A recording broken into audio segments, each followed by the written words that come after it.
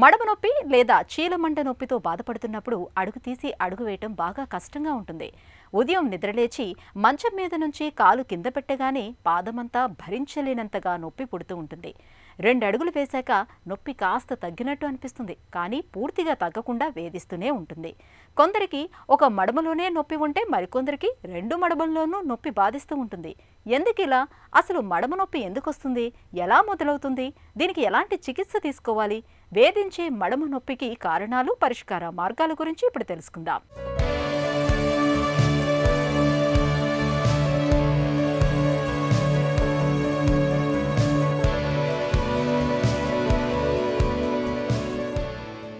మడమ నొప్పి గురించి తెలుసుకునే ముందు అసలు మడమ ఎముక నిర్మాణం ఎలా ఉంటుందో ఒకసారి చూద్దాం.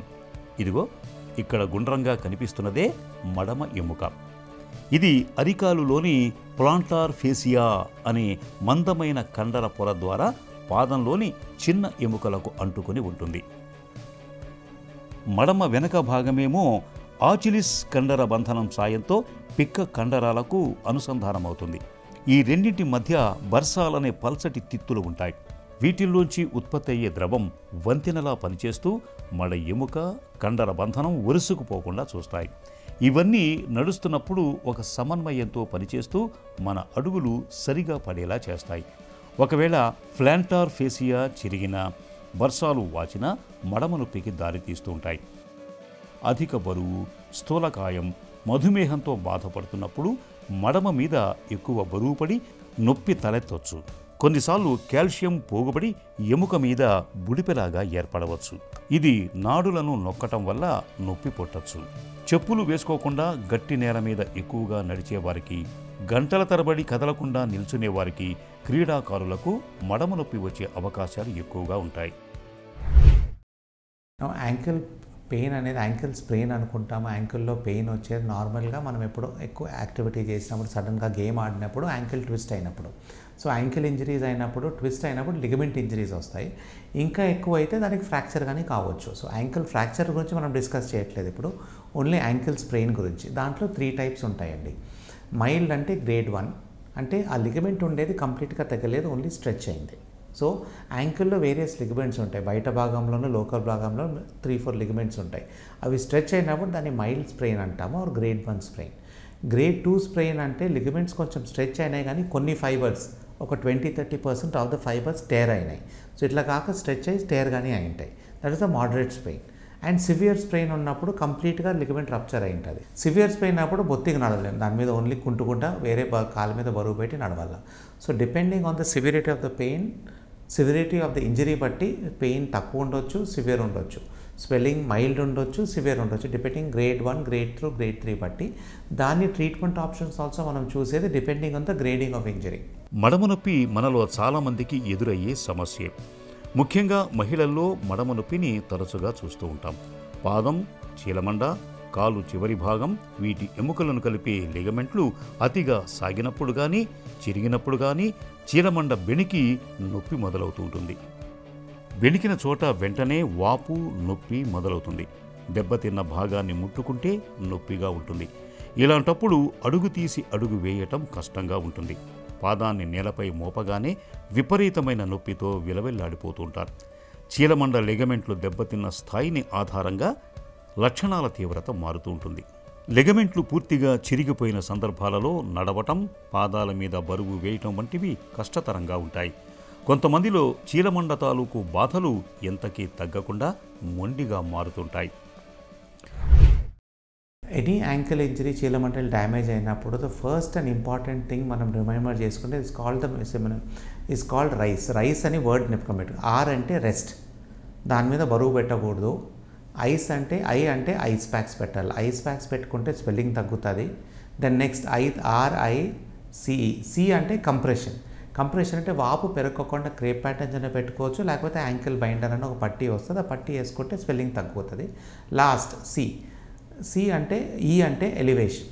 ఎలివేషన్ అంటే యాంకిల్ జాయింట్ ఎలివేట్ పెట్టుకోవాలి. So RICE, rest, ice, compression, elevation. ఈ 4 పాయింట్స్ మనం జ్ఞాపకం పెట్టుకుంటే యాంకిల్ ఇంజరీస్లో మనం చాలా మటుకు ఫస్ట్ 48 అవర్స్ వరకు ట్రీట్మెంట్ చేసుకోవచ్చు. సో కాలు ఎత్తులో పెట్టుకొని ఐస్ ప్యాక్స్ పెట్టుకుంటే స్వెల్లింగ్ చాలా వరకు తగ్గుతుంది. కాలు అలాడేసి కింద పెట్టేస్తే స్వెల్లింగ్ ఇంకా పెరుగుతుంది. And depending on the severity దాన్ని మనం ఇమ్మొబిలైజ్ కానీ చేయాల్సి వస్తుంది. ప్లాస్టర్ వేయాలా, స్ప్లింట్ వేయాలా, అవన్నీ మనం డిపెండింగ్ ఆన్ ద సివిరిటీ డాక్టర్ని కలిసినప్పుడు అవి చేసుకోవచ్చు. మడమ నొప్పి చాలా మందిలో కొంతకాలానికి తగ్గిపోతుంది. కొందరికి మాత్రం వస్తూ పోతూ వేధిస్తూ ఉంటుంది.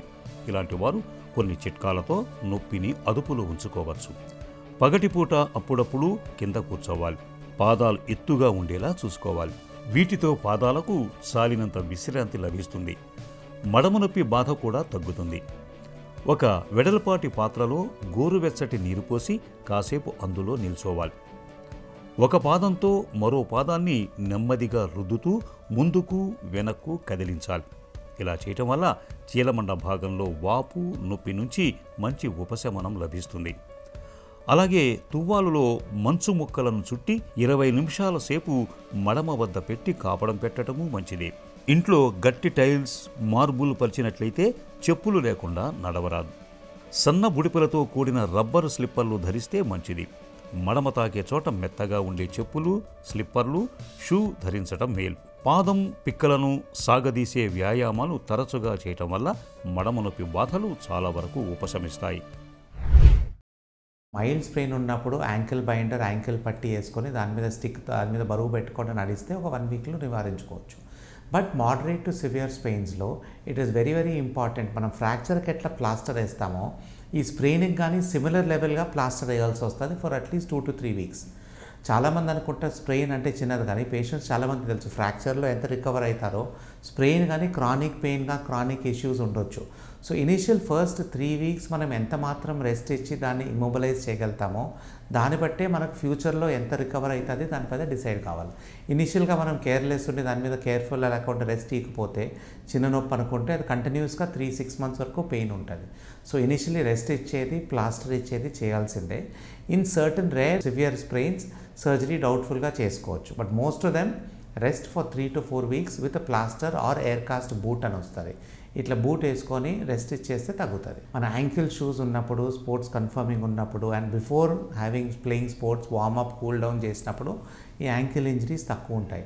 స్టెప్స్ దిగేటప్పుడు కేర్ఫుల్ అయినప్పుడు, డార్క్ ఉన్నప్పుడు అట్లా జారి పడతాం. సో కేర్ఫుల్ ఉండి ఫుట్వేర్ సరిగ్గా వేసుకుంటే చాలా మటుకు యాంకిల్ ఇంజరీస్ ప్రివెంట్ చేసుకోవచ్చు. ఎన్ని జాగ్రత్తలు తీసుకున్నా మడమ నొప్పి తగ్గనప్పుడు డాక్టర్ని సంప్రదించాలి. అవసరమైతే మడమ ఎక్స్రే, సిటీ స్కాన్, రక్త పరీక్షలు చేస్తారు. చాలామందిలో మామూలు నొప్పి మాత్రలతోనే ఉపశమనం లభిస్తుంది. వీటికి అల్ట్రాసౌండ్ చికిత్స కూడా తోడైతే మరింత ఎక్కువ ఫలితం కనిపిస్తుంది. అప్పటికీ నొప్పి తగ్గకపోతే మడమలోకి స్టెరాయిడ్ ఇంజెక్షన్లు ఇవ్వాల్సి రావచ్చు. అదనపు ఎముక పెరిగినట్లయితే శస్త్రచికిత్స చేసి తొలగించాల్సి ఉంటుంది. చికిత్సలతో మడమ నొప్పి తగ్గిన తర్వాత కూడా కొన్ని జాగ్రత్తలు తీసుకోవాలి. తప్పనిసరిగా బరువును అదుపులో ఉంచుకోవాలి.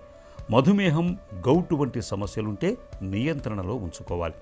రోజు పాదం, పిక్క, సాగదీత వ్యాయామాలు చేయాలి. పాదాలకు సరిపడిన చెప్పులు ధరించాలి. చెప్పులు లేకుండా నడవరాదు. ఈ జాగ్రత్తలు మడమ నొప్పిని చాలా వరకు నివారిస్తాయి.